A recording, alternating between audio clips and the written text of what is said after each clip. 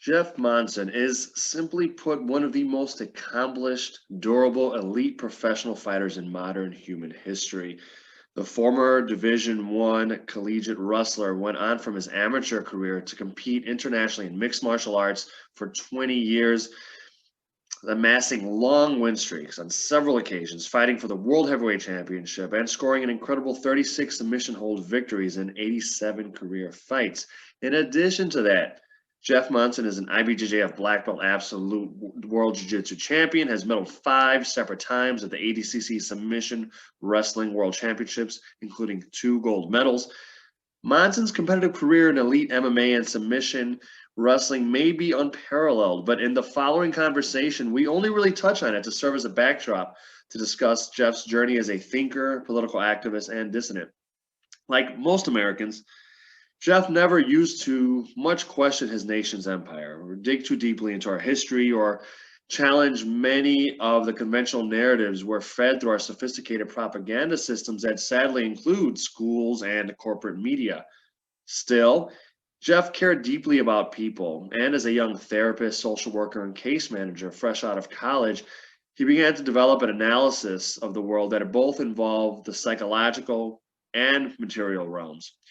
Encountering devastating poverty up close and personal at a moment he never expected to, however, sent Jeff on a lifelong search to re-examine everything he thought he knew about the world. Now, the anarcho-communist activist has become a Russian citizen, once again is a social service provider, and a politician, grappling with what tactics to use to help as many people as he can in any given moment, and deciding if and when to compromise as he reconciles philosophy with praxis. I'm Elias Cepeda. This is the Deconstructing Consent podcast. In this episode, we speak with Jeff Monson, who joins us from Russia. I want to go way back now. I'm kind of curious. When and why did you first get interested in child psychology or counseling? Right, like one of your first careers. If I remember correctly, you were at counsel kids. Like what made you interested in that? What do you remember about your first developing an interest in counseling and doing therapy for children? Well, my nurse, and so I got from her, like helping people, and it just, I wasn't good at math. I like science, but I wasn't good at math, so it's just something like I think I just kind of fell into it. Like it was something that it seemed like I think in my earlier years I actually wanted to be a teacher, like a grade school teacher, maybe high school. And then I just kind of I took some psychology classes, got interested in it, and I seemed okay at like talking to my friends that, needed and being kind of a motivator and stuff like that. So it just kind of like, it just, I don't know. I just one day it was like, oh, what's your major? And I was like, oh, that's psychology, I guess, and I just like really geared towards like with the children and stuff like that. But my first job obviously was with children, but after that I got into working with severely mentally ill adults. Like especially I was a case manager, and they pointed me a lot of young adults, like 18, 19, 20, 21, like this, like 22. Because I was, kind of close, like 27 myself. I was kind of close to that age. So they gave me a lot of, or 25. They gave me a lot of like young people, and I seemed to relate to them. And like looking back now, I didn't really know like a lot of what I was doing, but I could relate, and that was like really 75% of it. That they could relate to you, and like you could talk to them like a human being, and they saw you as a human being, not a suit. And that was a lot of it. And so I liked it. I like seeing the payoff. Like I saw, it's helping people. It says case managers, and a lot of homeless people, a lot of people like that had no, in and out of jail for mental illness stuff, and like lost their families, didn't have nothing. Like they literally lost everything, and they're 22, 23 years old, and they lost everything.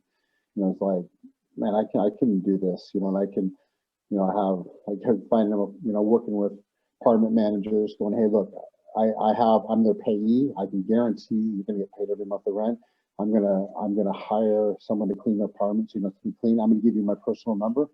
You can call me up. If there's any problems at all. So you're gonna get your rent. You're gonna have a clean apartment. And if there's any problem, you can call me directly. So a lot of people like so we can bypass all this credit check and all this other stuff because they're not gonna like honestly they're not gonna get in otherwise. And man, I got found a couple guys that were willing to do that, kind of in lower income apartment complexes. Did that, got them gym memberships, got a couple guys with computers. Went into inner tube riding, went to the gym with these guys, took them out to lunch, went shopping with them. And I just liked it. I liked it, So. I wouldn't know because I haven't done it, but I know like my dad, some of what he did in his life, he was a case manager for a bit for kids that were in like in the foster system. A lot of what I'm assuming a lot of what I just heard you describe, Jeff, wasn't technically in the job description, right? Like did every case manager co-sign for apartments, or was it going a bit beyond just to help them out? No, it was just it wasn't illegal. Right. But I was going, I don't know if it was above and beyond, but I was, I guess, stretching the limits of what you could do. I mean, there were some things I wasn't as good at, getting the paperwork in on time and, making sure things were timely and stuff like that. I was a young guy, 25 years old, and like, what am I doing? I'm still having trouble, paying my bills and doing stuff myself. I'm a bad money manager for me, but I can do it for you, kind of thing. So, so it helped me grow up a little bit, but we kind of did it together. And actually, it's funny because one of the guy, he was a kid then, but he's 21 years old, but like he contacted me like maybe a month ago, like out of the blue on Facebook Messenger. So now we're talking back and forth, and like he's like, I don't know if supposed to have a favorite, but he's my favorite, So the young guy like just lost everything, and like so I'm kind of like his real highs and real lows, his bipolar, and like he suffered a lot. So I was really happy to. I didn't even know what happened to him. I kind of tried to track him down, and he got a hold of me. I was like really excited. So I'm not contacting like weekly, just people, real people. It's kind of cool. That must be rewarding after all these years later to hear back from someone that you worked with. Yeah. Like I really always wondered what happened to him, and like he was okay. Wow, so, that's really cool. That's an interesting. It seems like a lot of the work you're describing. I know there were different jobs and multiple jobs you just kind of surveyed, but it seems like an interesting mix of you're coming from a psychology background, but then you're also so it's all of in the mind, and sometimes I mean people could do psychology a lot of different ways, but a lot of times they think about it in very encapsulated, individualized terms. But then you're also then as a case manager, you have that psychological training and the counseling training perhaps, but you're also dealing with like material conditions, right, and external factors. And it's an interesting thing. How did you look at what was your worldview at the time? If you were to think back, were you already thinking about the external factors, the way things play or act upon us and people? Were you still and then remedying that to help people? Was it very much still like, well, let's like help the mind and in and of itself and not worry about external factors? What was your kind of thoughts or analysis at the time?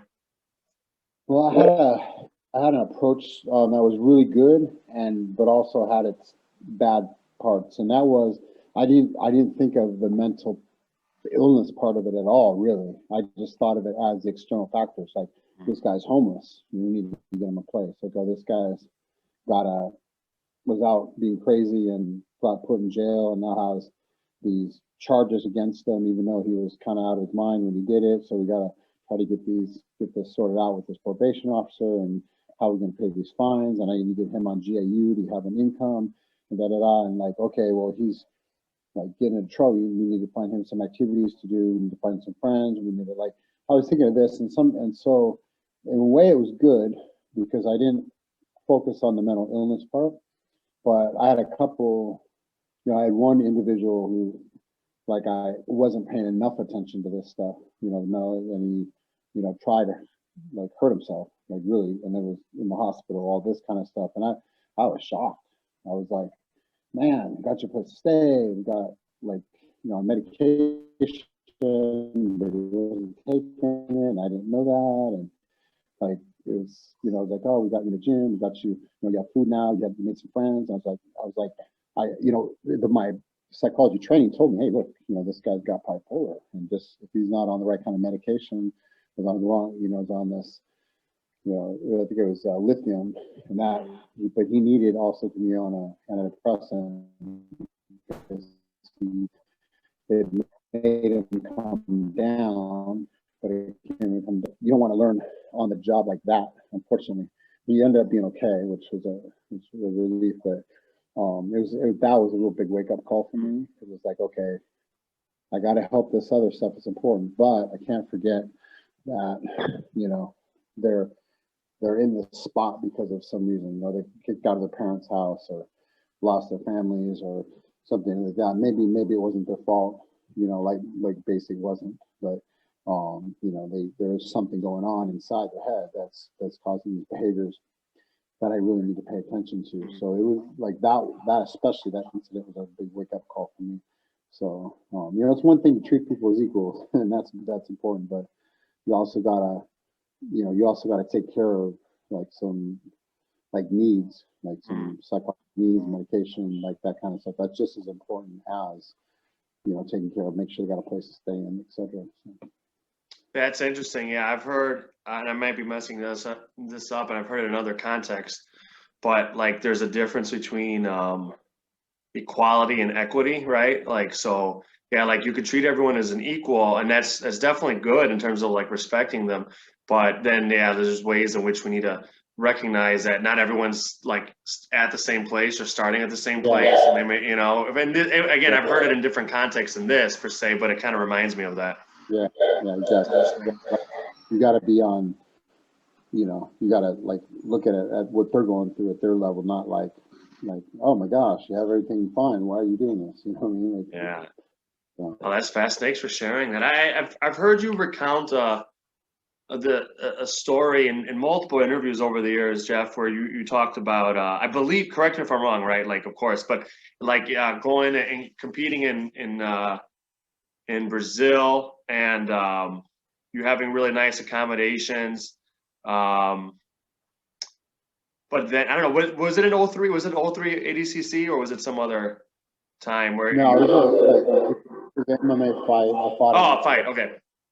Okay. Like, believe it or not, Rio de Janeiro at that time, like MMA, like full fisted MMA, I think pancreation was legal, but MMA was not legal. So we had it was like maybe a 2-hour drive outside the city. It was beautiful up in the trees and stuff. So I fought, and then we came back. It was a long drive that night, and I won, so I was feeling good and stuff like that.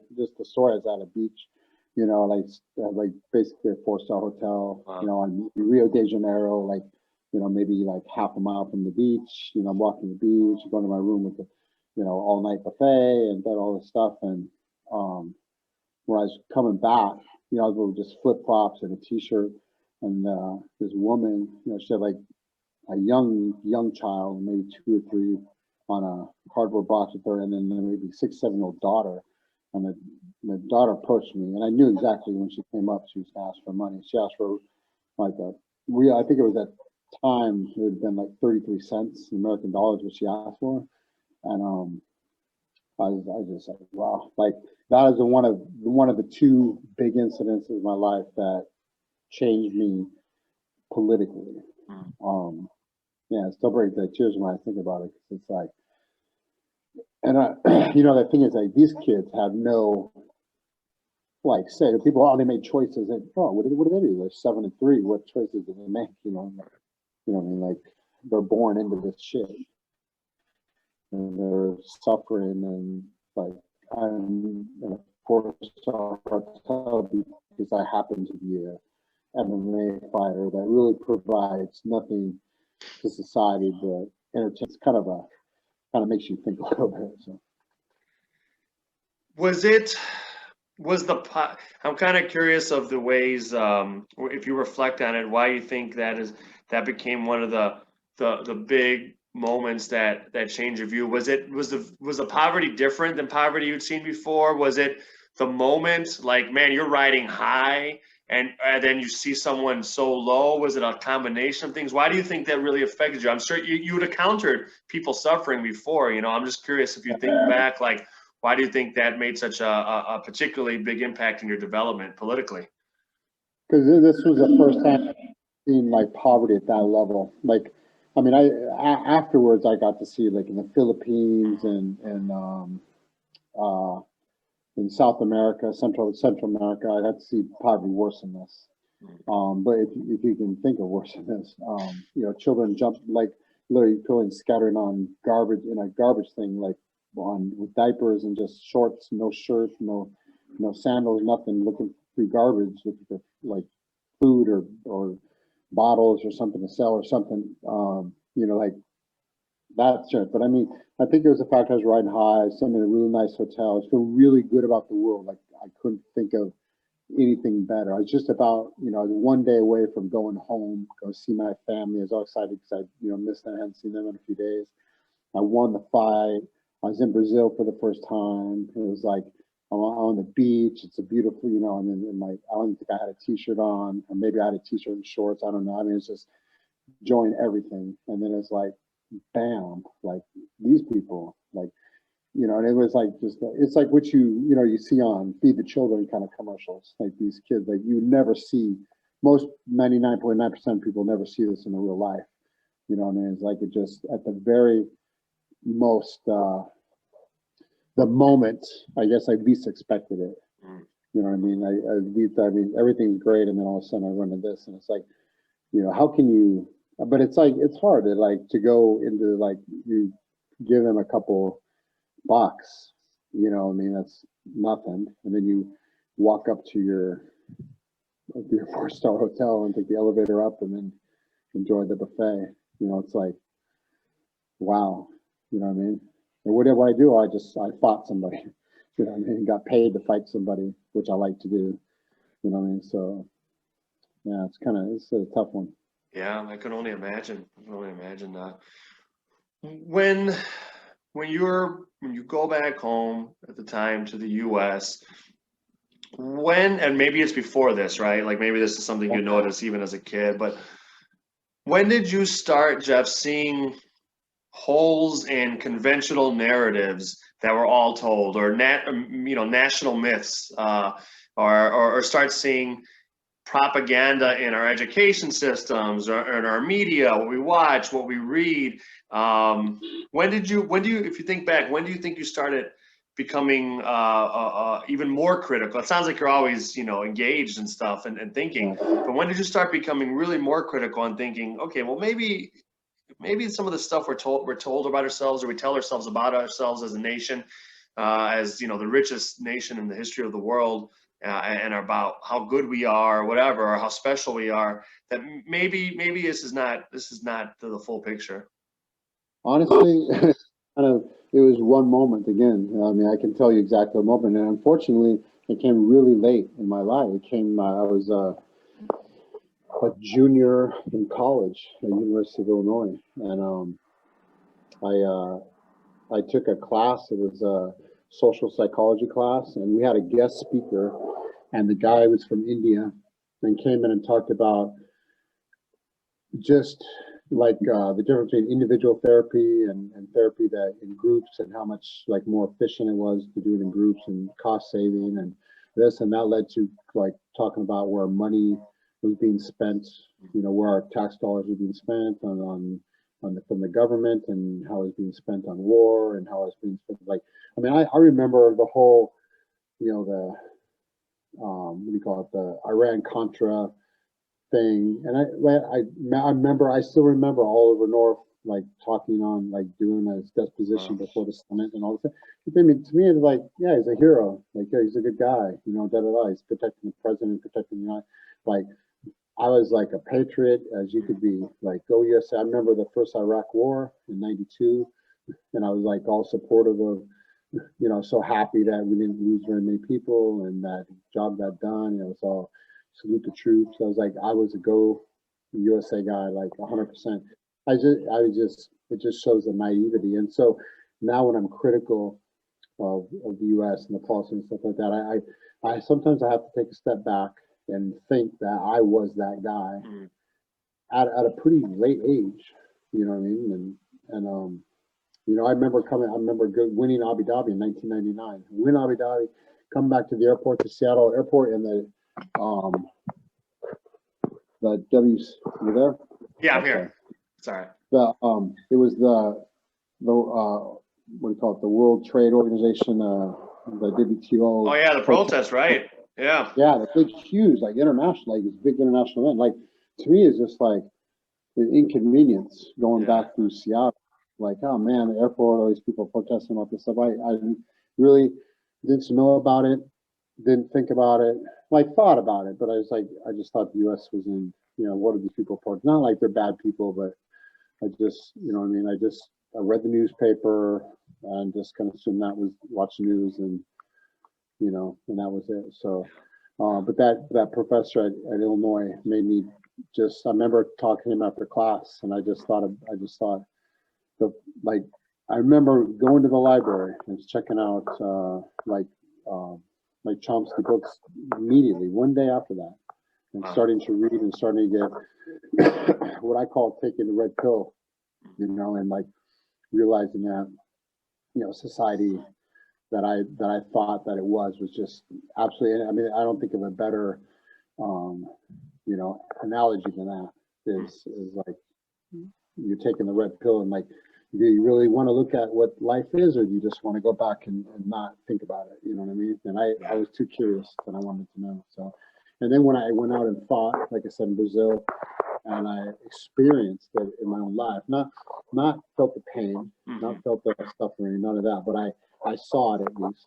And so I was able to it's not something I read about or like all these people are getting screwed over in life. Like I see it. Like I see the difference between me and them. And for people to say that everybody's equal, we have equal opportunity, and like capitalism and like laissez-faire is a good thing, is then they're not paying attention or they haven't traveled. So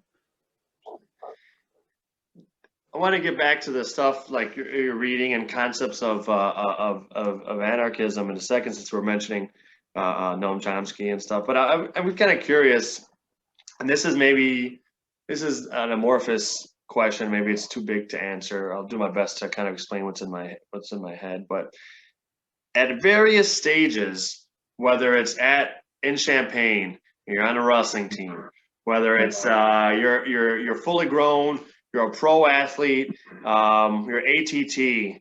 As you start realizing things, thinking about things, how much do you talk about it with your colleagues, with your teammates at the time, coaches, and how much of it is like, you kind of just, you're thinking about it in here, or maybe you start finding community elsewhere in addition to the athletic community? I'm kind of curious how much you talked about it and then how it was received, if you talked about it at all.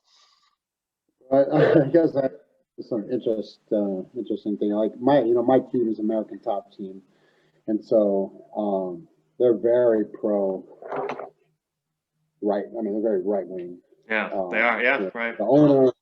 I mean, obviously some of the, I don't name them specifically, but some of our fighters that are, the well-known fighters from there are quite politically right-wing and stuff. So we've had a bunch of disagreements. I haven't really with the fighters, so to speak. We Kobe, when he's on the team and stuff like that. He came from Oregon State too, went to the same college, not the same time. So we had the same coach. I mean, the guy I wrestled with became his coach, and so we always had a mutual respect. And we teased each other about politics. Like, I would tease him about it, he'd tease me, and it never became more than that. It was just like a tease thing. And then, George Masvidal, same thing. We tease each other. The owner of the team, Dan, some of the other guys, we tease each other. I mean, I like them more than it's important to me to make my point to them, like try to get my point across to them. Like, I'm going to live my way. I'm going to talk to other people and try to sow the seeds of what I believe is true. but with my friends, especially on the team, like my teammates, my team is more important to me than try to shove what I believe, even though like you can't convince me anyway that it's just not a matter of like right and wrong. Right. Like stealing is wrong, giving to people who you need is right. That's how convinced I am that I'm right. It's not a why I'm a left leaning, you're right leaning. No. Like what I believe is right. Like helping people is right. Like your mom, even a 2-year-old understands this. Keeping stuff for yourself, be selfish. Like suck it up without, otherwise you're not going to help you. Is not the right way to do life. Like giving people equal opportunity is right. It's not wrong. It can't be wrong.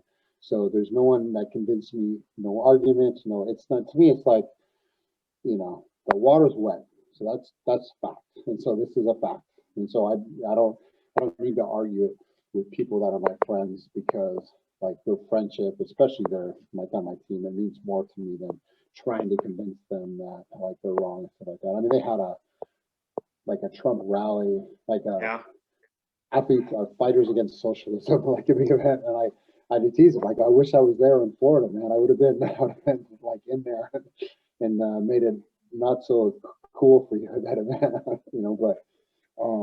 but we tease each other. But it's different, there's some guys like like Tim Sylvia, I fought the UFC title, and I consider him a friend. He came out here to Russia and grappled me, and I kind of got a pay. I mean, we always tease each other. I go, I wish I would give you this win here for the grappling if I could have won the UFC title. Like, he's like, no, we're 1-1. I go, no, bro, you're like 101. But Pat Militek, his coach, we were kind of buddies back then. He helped me a lot actually in my early days when I lost to Chuck Liddell. He gave me a lot of support. He said, fuck, like I walked out there some bad for myself. He said, what are you doing, man? You're a wrestler. So you gotta like do what you do, not to take these guys down and like be stronger, like get this like self-doubt out of your head and just like go get it. He was like real good motivator for me, man. But later on when I was in Florida, it was like it became like a little internet war. I mean him, like, because he's really right wing and like fighting over the internet, like Yeah.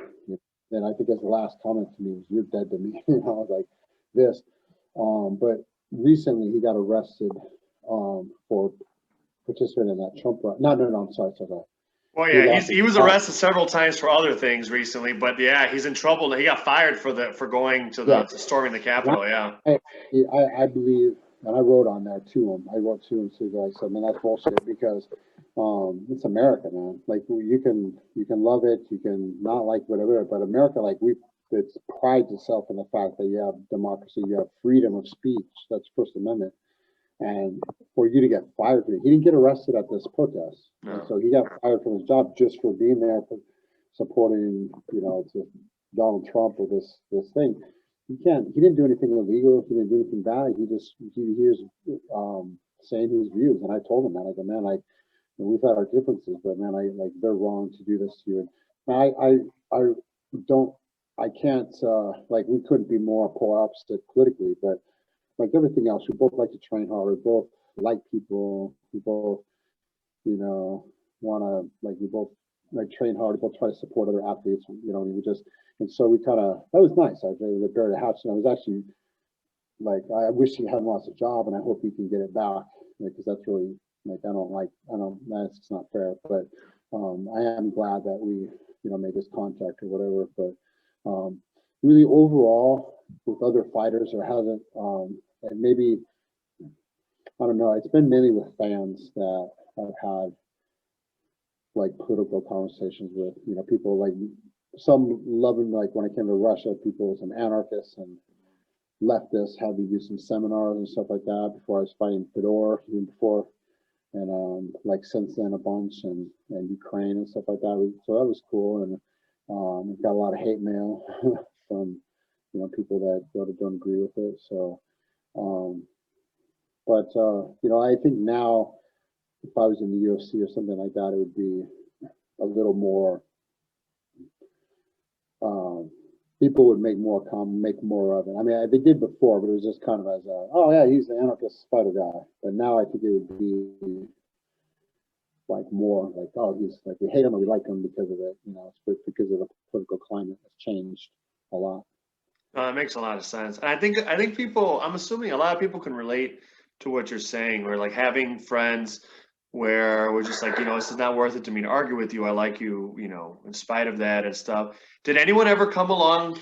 Did anyone come along for you with that ride though? Like, did anyone just also have similar awakenings in terms of your teammates over the years, and they kind of, or were you did you pretty much, you're the only guy in your in your athletic, you know, sphere that kind of took the same political road?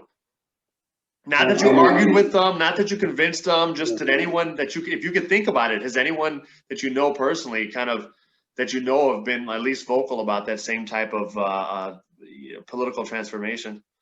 Yeah, I mean, I don't want to leave it out, like, not Sure. give credit, but I can't really, honestly, I can't think of anyone that was at least vocal about it, like I was, or at least, I mean, I know a lot of right-wing guys like that I was friends with, like, you know, Randy Couture, like Matt Lindland, Chael Sonnen, those guys that down in Oregon that I trained with, the really right-wing guys. They got a lot of guys from my team, a lot of guys I've trained with.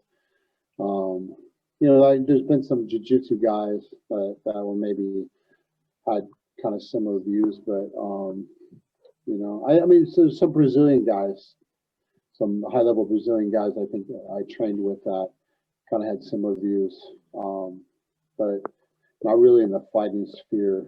You know, maybe they had similar views, that they just weren't. I mean, they weren't politically active or something. Sure. Maybe, I guess. The first time I ever, I had, I mean, I guess I could have like made assumptions and stuff, but I didn't. And the first time I ever heard, because I never trained with them or been in the room with them like that. I've have great relationship with him over the years professionally. He's always been really generous with his time with me and kept a good contact and stuff like that. The only other time I heard Randy say anything politically publicly was this election. And I know I see a lot of people are like, oh no, not Randy too, because he puts out this post about, you know, basically supporting Donald Trump and stuff. So yeah, I think a lot of people can have things that, you know, maybe if you know them, if you're like, you know, people, or, you know, if you train with them, you know them, but they never, one way or the other, anywhere on the political spectrum, they don't actually verbalize it or talk about it much. So yeah, that makes a lot of sense. Randy he's just a nice guy. So he's always been great. He doesn't want to step on toes. He's not he's not going to try to force his opinion down your throat. Even he's got his own opinion, but it's not going to affect how he treats anybody by any means. So it's kind of one of those. So. Yeah, no, I believe that.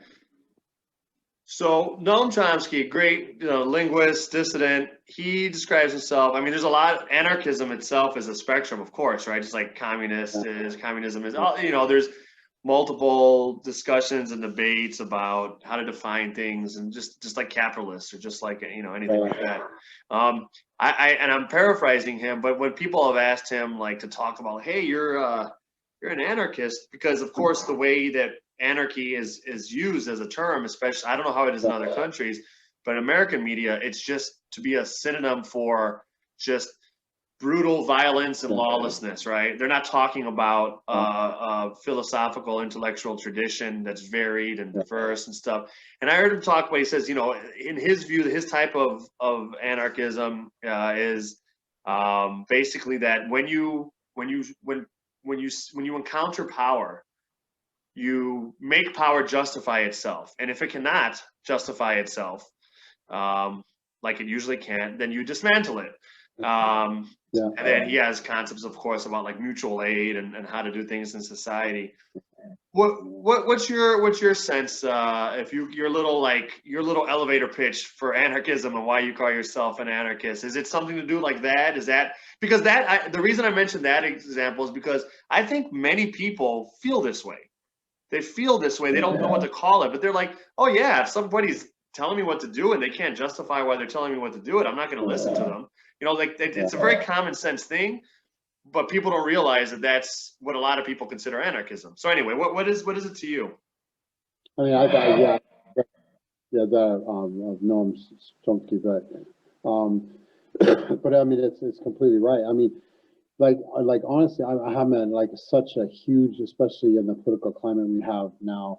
I'm like, you know, I'm reading a lot of Marx and stuff like that, and I'm you know, Marx really, I mean, he's communist, but like he's really based out of anarchism and stuff Yeah. like that. It's but I'm like, you know, I'm reading a lot of the Marx, Lenin kind of people who are like, hey, we need a state to, you know, to get people at that point because it's not going to happen. There's not enough like revolution isn't going to happen just from uneducated people like just bearing up against it. I mean, you see, and there is some truth to that. Like look at it. I mean, we're going through a pandemic.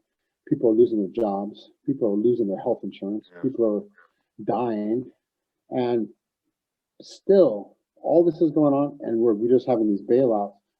These bailouts are going like I just read like this last one went like $1.2 trillion went to Israel, Jordan, like so, and then Americans got $600 a pop, like, and like more money went to these four countries, and it was earmarked for like missile defense. It wasn't even for helping. It was right, like, right.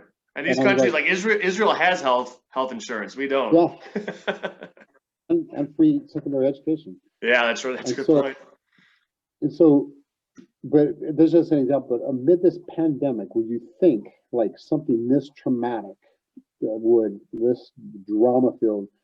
A lot of people dying, a lot of people people having to wear masks, and like people go, hey, what's causing all this? Why, you know, I mean, we don't, like you said, people don't like being told what to do, and this we told what to do and stuff, and all our taxpayer money because people like, you know, it's not this $600 wasn't a gift. It was from the Federal Reserve that we have to pay back. We borrowed it, like the taxpayers borrowed this money, and we also borrowed the money that we gave to Israel and Jordan and all these other countries for missile defense. So people like they don't get, like they just don't realize or get or want to believe, take the red pill that this government is not on their side. You know what I mean? Like they'll do things that can be helpful in ways or whatever like that, but this government, like I saw this documentary and it was like it's called Wake Up or every capitalistic or every war is a capitalist war or something like that. But the guy's like, look around. We're not the same. We're not equal. Like these people are driving around in very expensive cars. They're having 3 or 4 houses. They're making rules for you that, you know, they get they get life care, getting voted in once. They get health care for life for them and their families. They get, you know, pension that'll can take care of the rest of their lives. It's legal for them to make deals with drug companies and all these other companies to get money that they can write our own laws and stuff. But anyway, the point is they're not in the same boat as us. And people like still like won't accept that like this economic system that we have is bad. You know what I mean? Like you said, they think that anarchism is like a terrible, like it's not even a bad word, it's like a forbidden word. You know, like communism is a bad word. Socialism, I mean, you want to ruin your political career, say you support socialism. Say you support communism, you're done.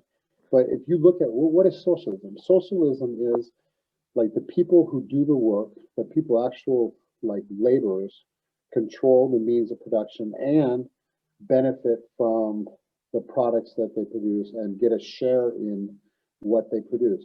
What we have now in our economic system is a boss controls everything and gets like pays us. We basically pay with our time and our labor less than we're worth, and we don't get a share. He gives us like crumbs compared to what he gets, and you know, he's a successful business, and people I think people don't get it. Like they're like, no, we want this system instead of the other system. It's like, because I just started an analogy, I'm sure you've heard it. It's like the axe, the trees kept voting for the axe, even though they kept getting reduced because the axe convinced them that, you know, he's one of them. You know, it's like one of those things. You know what I mean? But socialism, like if you ask somebody, hey, if you work for this company, would you want to be part owner of this company? Like you have an equal say as everybody else who works at that company. You get equal profits as everybody else in that company.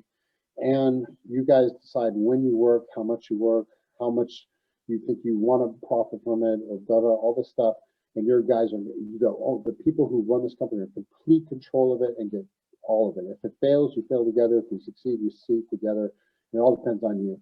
And you don't have to pay a boss man. You don't have to, there's no middleman. There's no nothing else.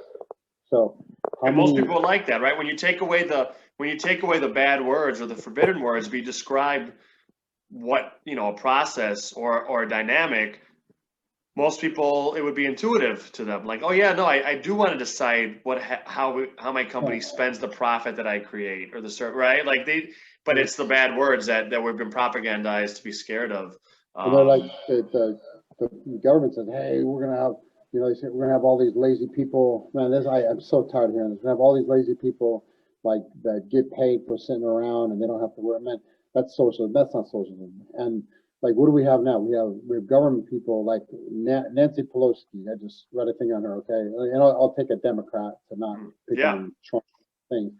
She's worth like $114 million or something like that.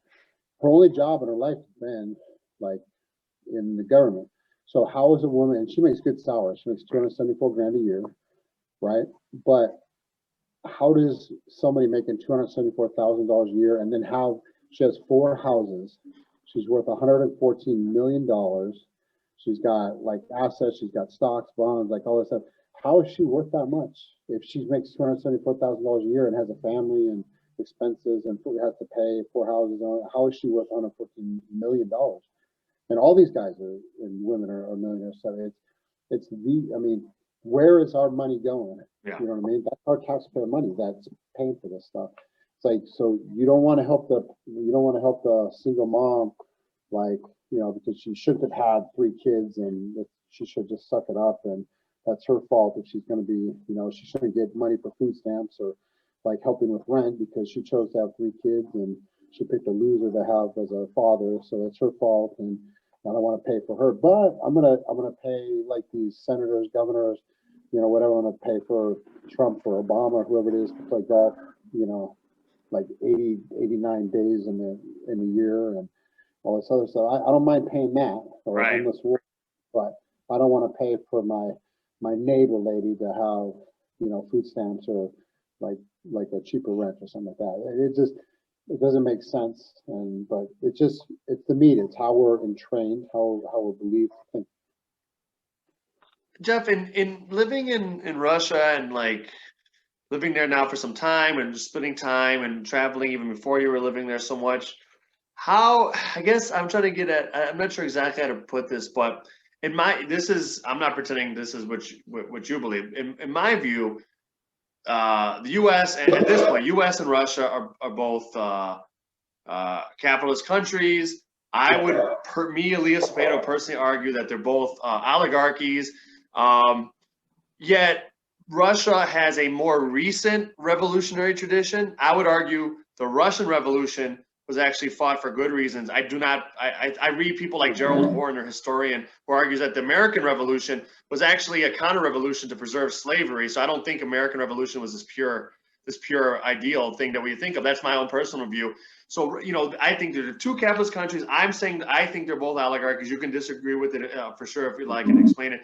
But Russia at least has a more recent revolution, a revolution that was truly to throw off, like by the people, at least initially, to throw off shackles, you know, by the people wanting to throw off shackles, and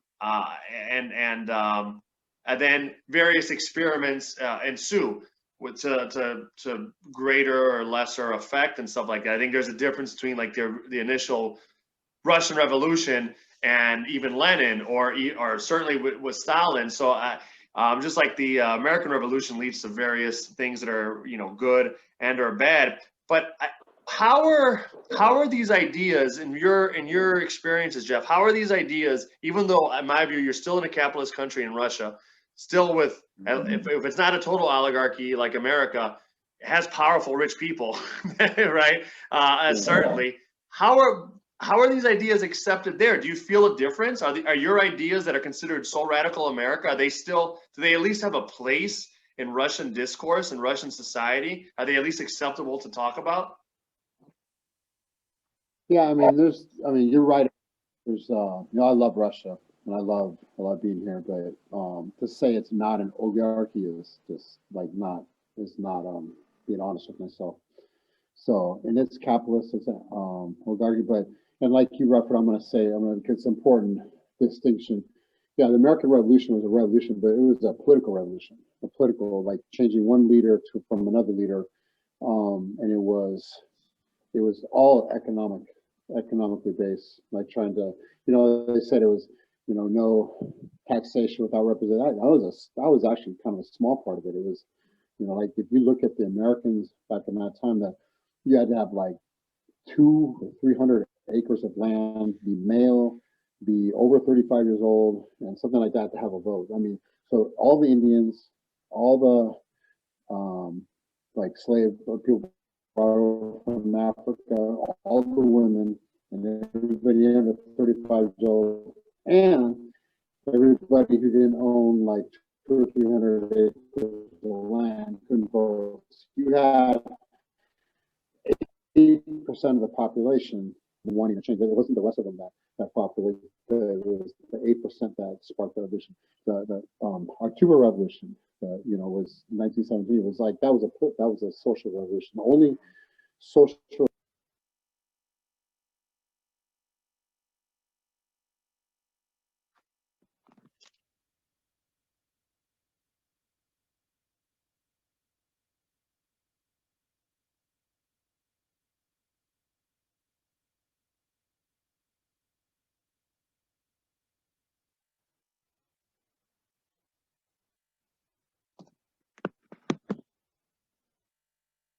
Lost Jeff. We'll try to get him back on here. It is about 3 in the morning in Russia for Jeff. And as we're recording this, about 4 o'clock in the afternoon here in Chicago, Illinois. So the connections are being strained for sure off the bat. Let's see if we can get him back on. I'll message him.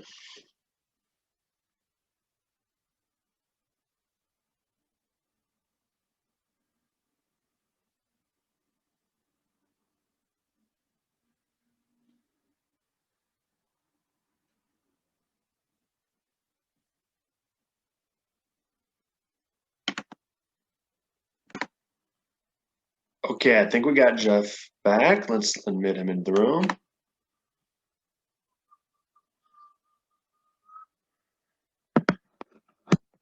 All right. Yeah, sorry about that. Oh no, it's okay. I would have just as soon thought it was me. I've had some internet problems. Thanks a lot for calling back. I appreciate it. Yeah. Sorry about. So it's not live, right? No, we're recording. Yeah, it's good. It's good. Okay. Yeah. I've done live podcasts in the past, but I had producers. I don't yet have the technical proficiency to do that. So I'm just recording it and putting it up later. Okay. So I had to go get the Wi-Fi thing and bring it router closer here. Oh man. Okay. No, that was nice of you. Yeah, Thanks, no man.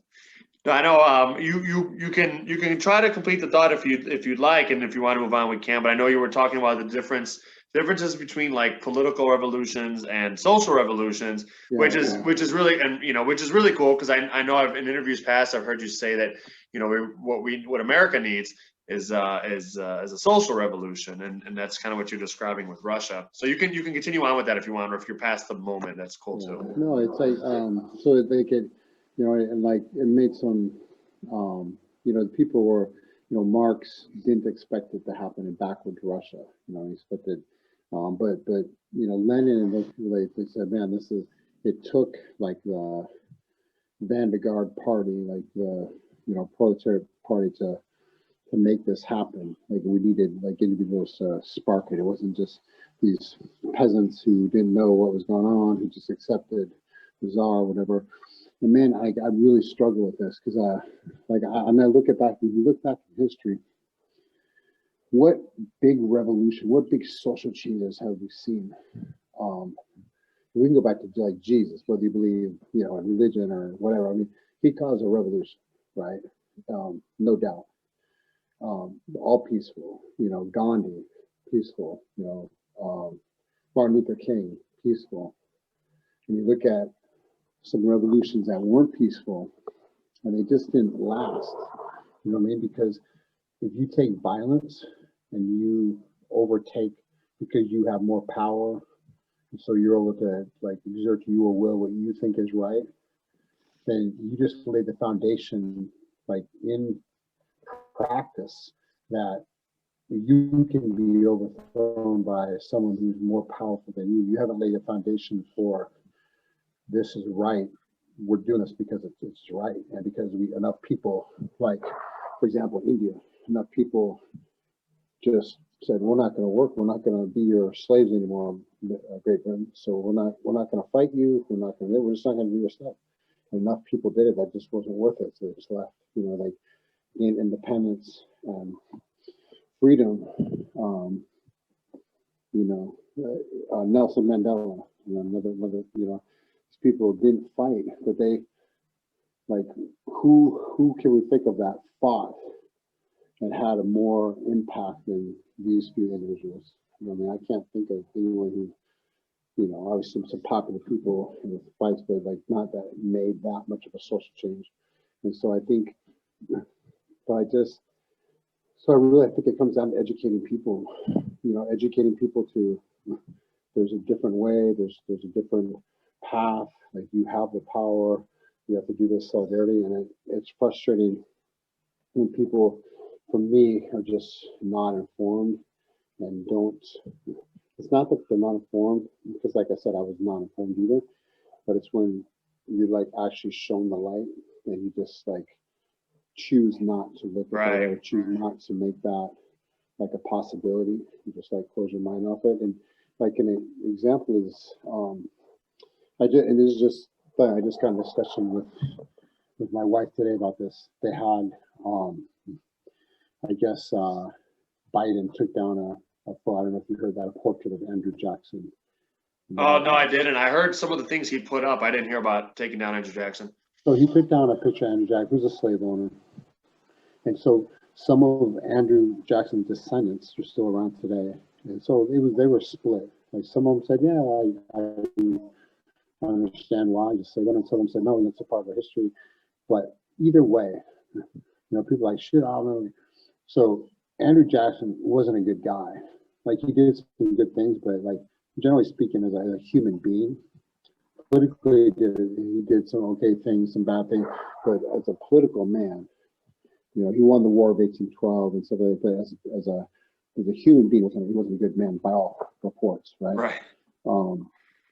So, you know, they take it down, but at what, you know, my argument is like, you know, people are like, well, what do you think of this? This is good or bad? And I said, you know, at what point do we stop? Like, I don't disagree with taking down his portrait, bad guy, but Abraham Lincoln, you know, old age, you know, he freed slaves, but he also instituted the largest mass execution in U.S. history. He executed, what, 38, something like that, 38 Dakota Indians that were fighting for their own land. Like U.S. like settlers were taking the land, and these people came back and fought and killed some settlers and U.S. Army troops that were basically taking their land. He executed them, he hung them on and they made it a big celebration day.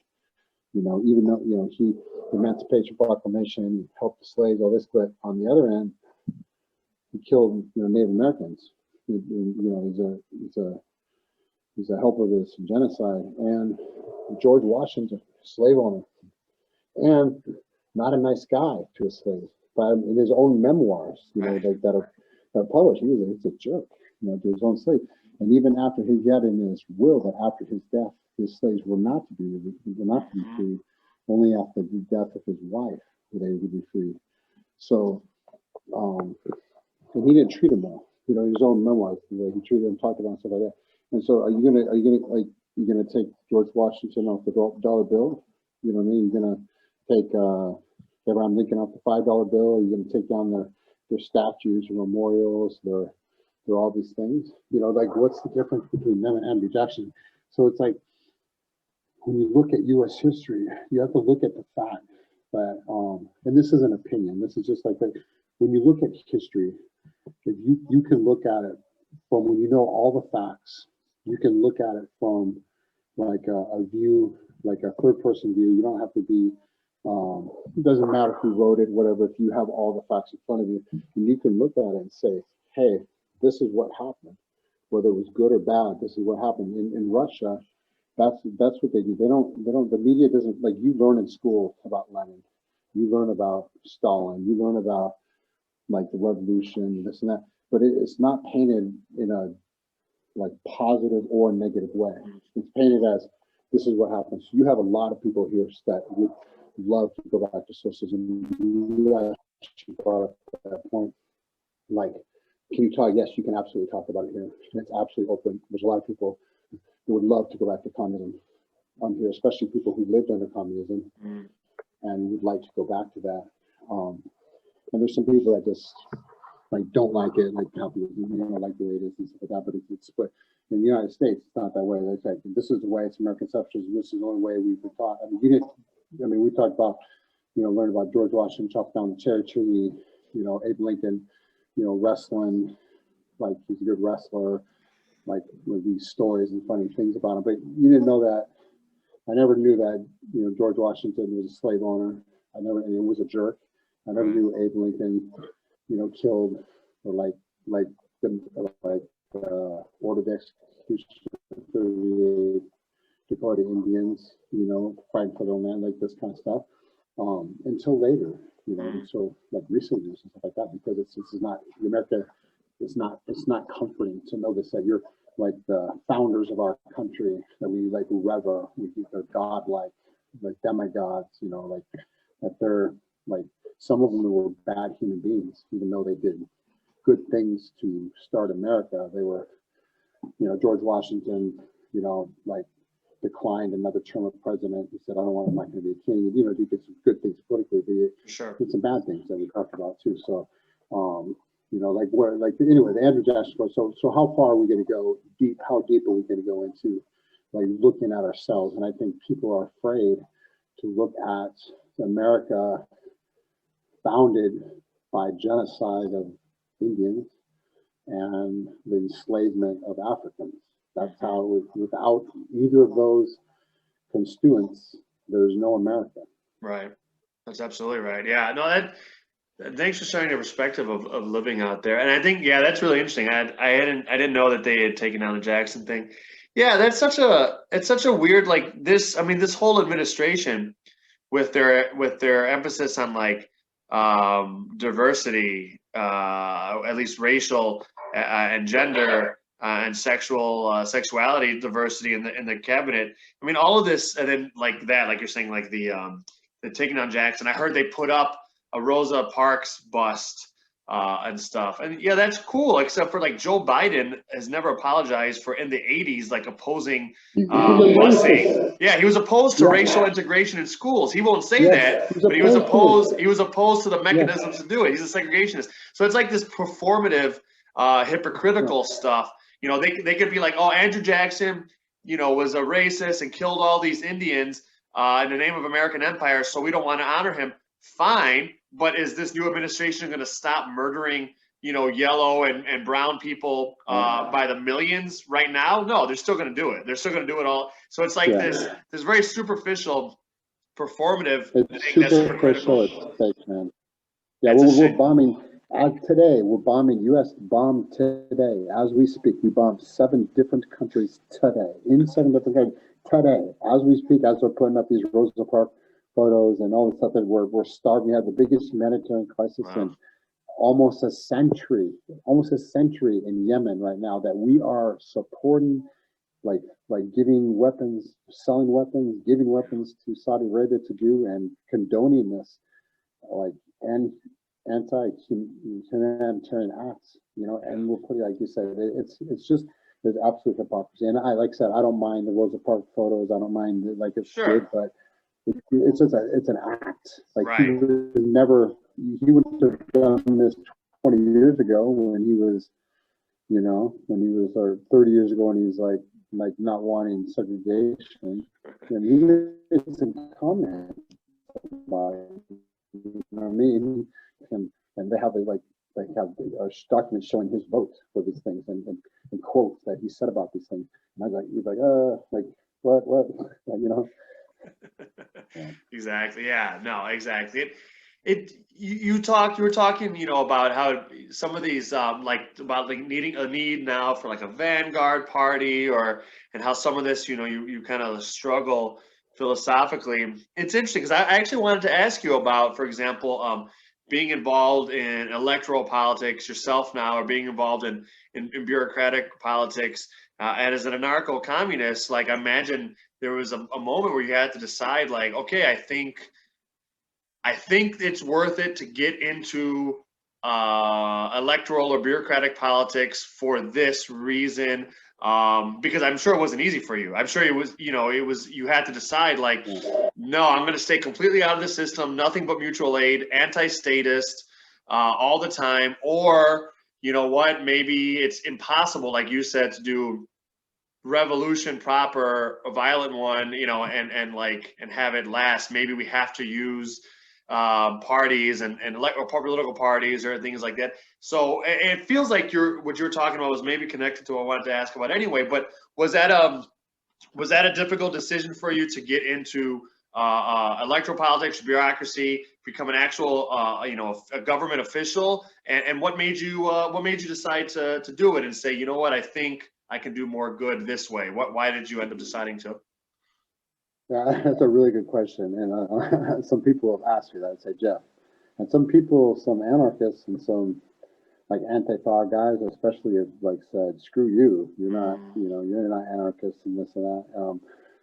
So that's a different point. But yeah, I make no excuses with it. I don't say, well, I don't know. I mean, the bottom line is, I've seen a lot of people in Russia like be in the opposition, and a lot of people like try to fight the the political system as it is. People calling out corruption, people fighting. They end up in jail, or they end up like being silenced, or something like that.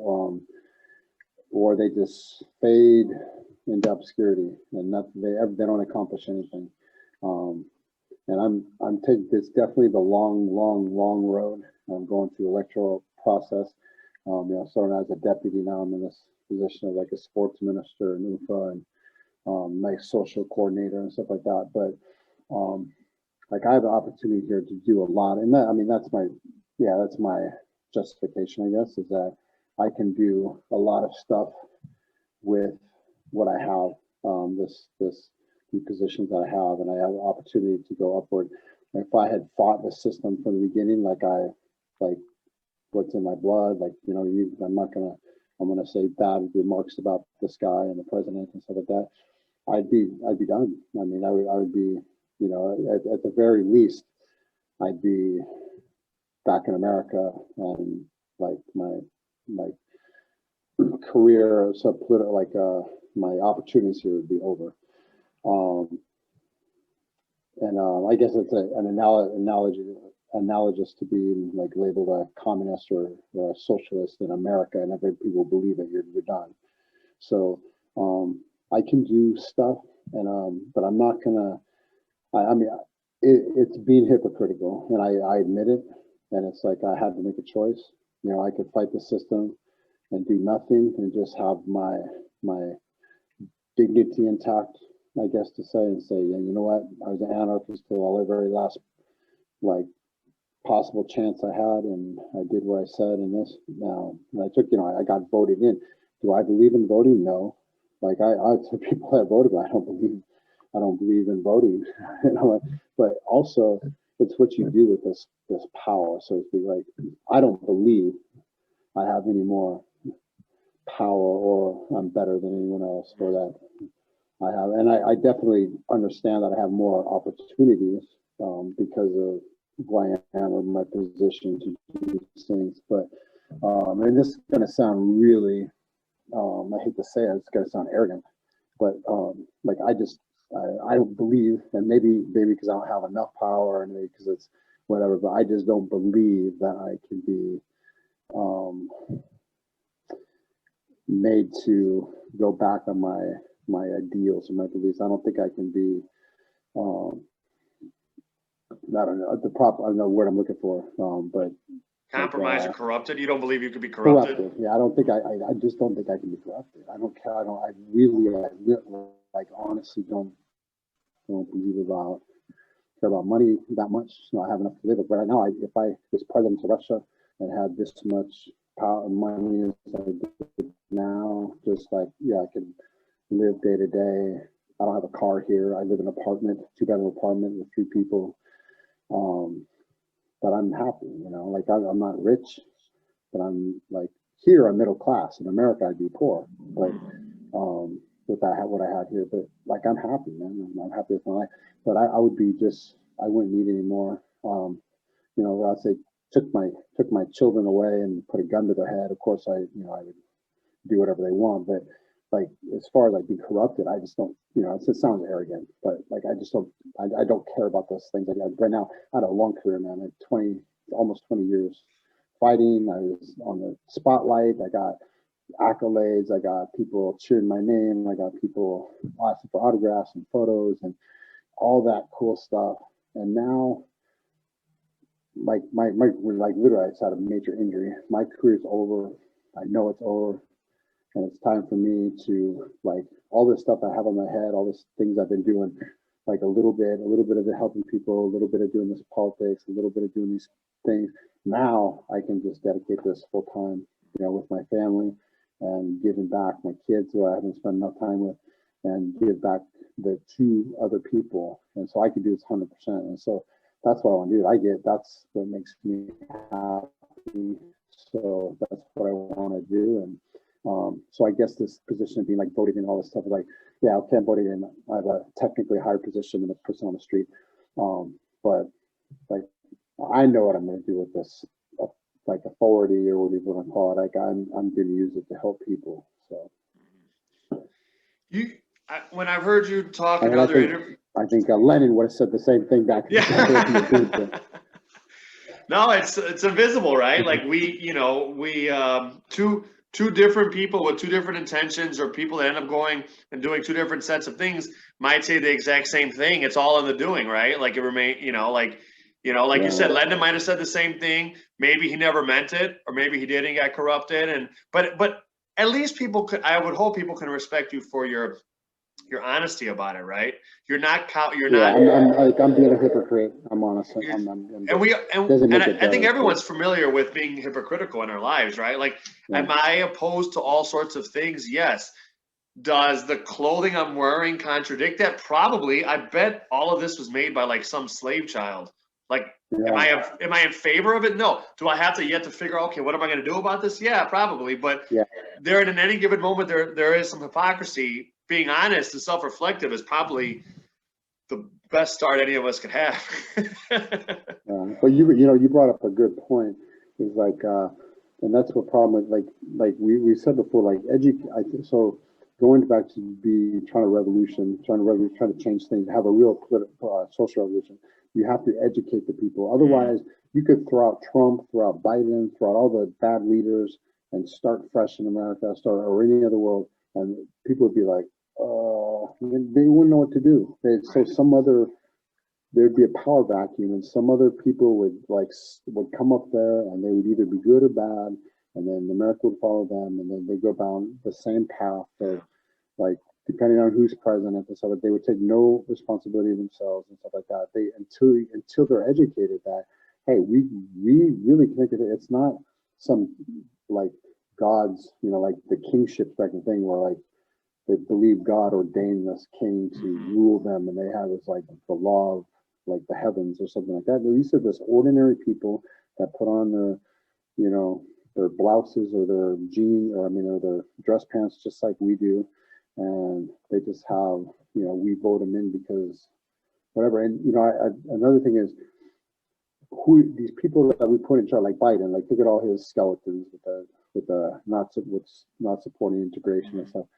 Is these people vote like, and this goes against like what I being voted in. It's like I say, would you let your neighbor, who like you've known them for 5 years, 10 years, would you let your neighbors down your street, who you may be friends with, like would you let them choose what job you have, how much money you make, what your tax level is, how much you pay in taxes, what your passport, where you're allowed to travel, like any major decisions in your life, would you let your neighbors decide? The answer would be like 100% basically no, I wouldn't. That's my choice. I'm not going to let my neighbors decide. So why would you vote for a Joe Biden or Donald Trump or Hillary Clinton or some other person that you don't know, you've never met, you will never meet, and you hear all these terrible things about us? Like, these are the worst of us. The politicians who've been in politics, especially for years and years, or the businessmen like Trump, they're the worst of society, the worst we have to offer. So I'm not going to let my neighbors like make decisions for me. I would say no way. But I will vote. I will give my permission for this man or this woman who I've never met and I've heard all these terrible things about. I will let them make decisions for me. Like, it makes absolutely no sense. But people like, oh, it's just the way it is. What do you mean that's the way it is? Like, where did this start? Whether it, you know, I mean, you have Republicans, Democrats, like they're both, like, you know, the businesses, the banks choose, they give us two candidates. Both these guys are, you know, I mean, it's like, what kind of choice do you have? You know, like, it's not a democracy, and, you know, so I don't know. I mean, I go on and on and on about it, but it's just not. I mean, people. The point is, we got to educate people. Like, step back and go, okay, there's got to be a different way, and not just a third party, but like an actual like change in the way this is. Like, when people have the power, like they say, oh, they're just representatives of the people. That's not true. That's not true at all. Donald, like, they're doing things of the executive order. They're doing what they want. What their agenda is. They're pushing through. If the Republicans are pushing the Republican agenda, the Democrats are pushing through Democratic agenda, and that's their agenda. It has nothing to do with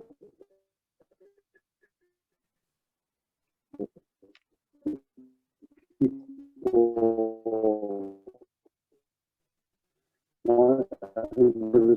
It showed your income level and all this stuff. So, like, a general population, like, had no impact at all. It was like a straight line across. It was supposed to be like this. You know what I mean? Like, depending, like, the more people, or the more that you wanted, the more percentage of people that wanted a particular thing to be passed, bill to be passed, right, the more likely it should have been to pass. But what it showed it was exactly equal. And the only thing that determined that was income level and job, like what kind of, if it was a company or something like that, that showed that like things got passed. So it had nothing to do with like just regular people. Had zero impact. That's zero right. impact. That's not a democracy. No, and it's apparently it's gotten the last 50 or so years, or that it's gotten even worse. There's this gigantic cleavage between what we see in like opinion survey data on policies, what people want, and the actions that Congress takes. There's a complete detachment.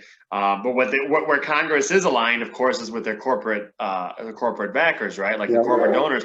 Those are like one-to-one, right? But it's completely different. And you're right. It's not a democracy.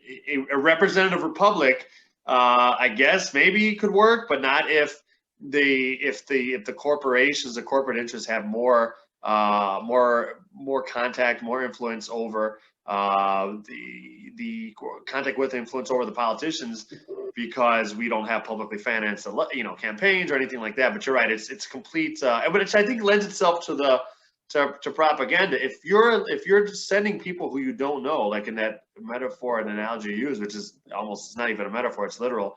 If we're sending people we don't know to make decisions for us, what are we going to go by? We're going to go on the theatrics, their personal narrative, the lies they tell us, the way they present themselves, because we don't know them, and all we can rely on is heavily produced, heavily propagandized versions of the truth. And yeah, there's not a. I mean, how many friends would you have?